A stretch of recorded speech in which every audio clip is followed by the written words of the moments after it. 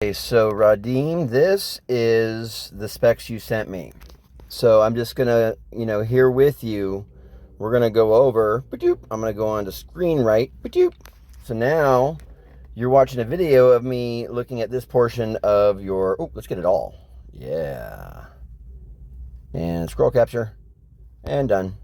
So now I got a copy of your whole specs right here, okay? And what we're gonna do, we're gonna go, and we're going to zoom it in. There we go. Ba-doop. Ba-doop. So, important things, you can kind of see my red, right? Right here. So, fabrication process, 28 nanometer. Right now, chips are competing for, I think the smallest is a 4 nanometer, and they're going to try and go smaller. So, that is for CPUs. GPUs this old, they weren't doing as much with that back in those days. That's why it's so much different. So that's not a huge deal.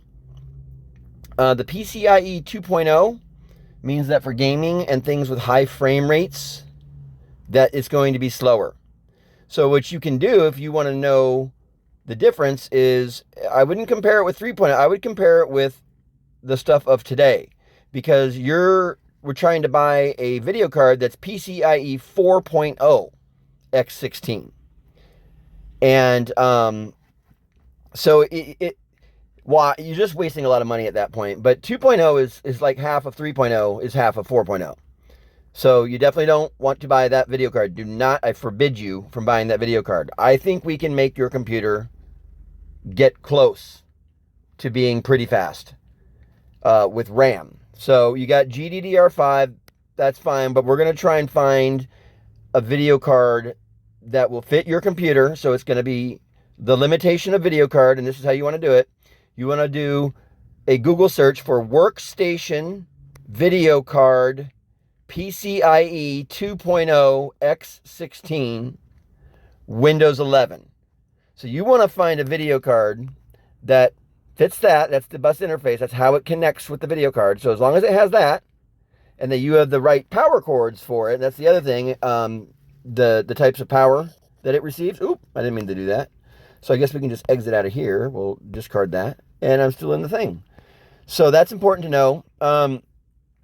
Something that's going to really help you with video editing. And trust me, if you don't like computers very much. Now, this isn't a bad video card. It's got, you see memory size? 2048 megabits, so that's basically 2 gigabits. That's fine. Not for super heavy modern gaming. You'll experience some stuff, but I had a 4 gigabyte video card in my beast computer, so just a little bit bigger than this, and it played every game just fine with 32 gigs of RAM. I never had issues. In fact, with that same computer that had only a 4 gigabyte, so this number right here is 2048, I had double that. I never experienced issues except when I tried to run 4 USB cams off of my computer, because the USB bus is operating off of the motherboard. This is where the motherboard becomes important. Now, you're not going to be using a bunch of USB webcams because there's a better way to do it, and it's with old cell phones. Instead of spending $75 on USB cams, buy old cell phones, because they do all the processing and the computing and the transfer. You can just hook them up via USB, and they can send the already processed video at you. So you have ways that you can work around stuff. Your graphics clock at 954, that's once again a little light, but that clock is going to be for things where there's lots of fast motion and heavy in-the-moment rendering. Remember, we're rendering things slowly and when we're ready to render them. When you video edit, you're in control. You're not at the mercy of, you're riding a train in this video game and the train's moving fast and there's some enemies jumping at you. That's where you need all that speed. What you're going to be doing a lot of is the RAM. What the RAM can't do, it's going to pass off some of that to I guess what's going to happen is the video card is right before it goes to your TV. So the video card is doing a lot of stuff right before it goes to the TV. But Adobe is going to be operating off of a hard drive, right? That will first go to the CPU, and then if the CPU needs anything to go to the video card before it offloads it, then it will. But we'll go in and we'll check your settings, and we'll make sure that we optimize it for using RAM, because you'll have 32 gigs of it. But I think in those days, this thing only had 2 gigs of RAM, so there definitely was, in 2013, more demanding gaming that, it probably needed more than 2. So yeah, the RAM will definitely heavily improve your performance, and it's cheap. So 128-bit as a memory interface width is pretty good. Your memory bandwidth, 64 gig a second. So we should compare that with today. But we don't really need to. This is fine for now. But there's another spec that I don't think you realized, is that multi-monitor right here, up to 4 displays. So you can run 4 displays off that. Now what the displays do is allow you to have the biggest possible screen for, let's say you're editing the timeline of your video. So you have a big, wide thing that you can look at that shows the video, so you don't have to be squinting. And then on the computer to the right of it, you can have another Adobe window open that, let's say, is editing a different part of the video, or maybe it's controlling the audio. So the reason why it's important to get at least 2 screens is it gives you 1 full screen per app that you're operating. So I would just make sure that, you get at least 2, but we can upgrade that to 4 if we wanted to, okay? So we'll start with 2. It takes DisplayPort, that's what DP stands for, maximum DisplayPort resolution of 3840 by 2160. So using a DisplayPort, you can use any monitor that goes up to 3840 by 2160. That's a huge amount of resolution. So that's great for video editing. You notice it's better than the maximum DVI resolution, which is an older video format. You have 2 DisplayPort, I believe, and we'll look at a picture of it. And then I think the other 2 video come off of the DVI side of things.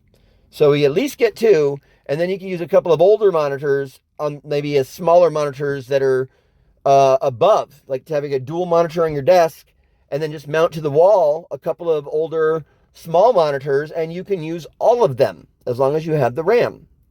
So with this 4 screens now, you can have one that's got, YouTube going because it's doing a tutorial, and then you have another screen that's maybe on Google for searching.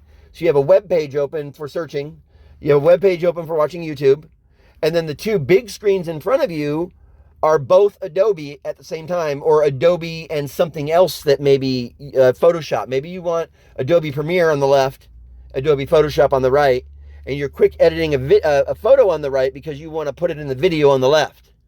So having those dual screens is going to increase your productivity. So already, by not buying that video card, we can spend $25-50 online looking, or just buy brand new. You can buy the monitors that I got are 22-inch Samsung brand new monitors with eyepiece. They've got like this special kind of something that NVIDIA does with anti-aliasing or something. But basically they're nice monitors. I got them both for $150 new off Amazon.